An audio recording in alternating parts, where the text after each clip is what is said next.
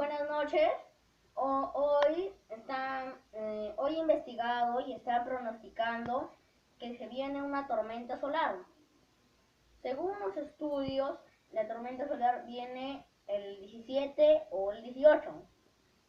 Ya. Entonces, para evitar la tormenta solar hay medidas de prevención. Son 10 pasos para evitarla. El primer paso es mantener la calma, estar tranquilos, porque generalmente es un apagón.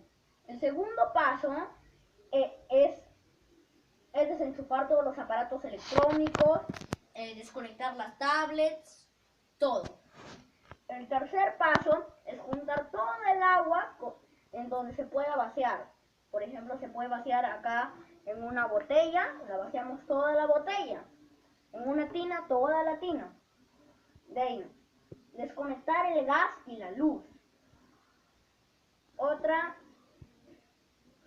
y no viajar en trenes, en buses, en aviones, en nada de eso.